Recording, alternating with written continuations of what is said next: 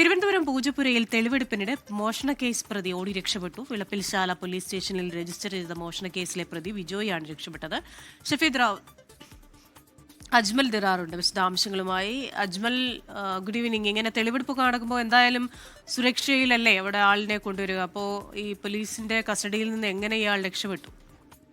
Good evening Christina. ഇതിപ്പോ തിരുവനന്തപുരത്ത് മോഷണ കേസിൽ പോലീസ് തെളിവെടുപ്പിനായി എത്തിച്ച പ്രതിയാണ് പോലീസ് കസ്റ്റഡിയിൽ നിന്നും രക്ഷപ്പെട്ടു പോയത്.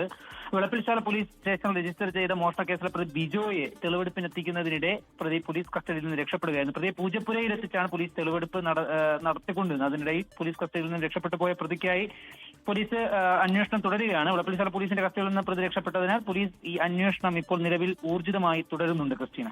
ശരി, അജ്മൽ ദിറാറാണ് തിരുവനന്തപുരത്ത് നിന്ന് വിശദാംശങ്ങളുമായി ചേർന്നത്.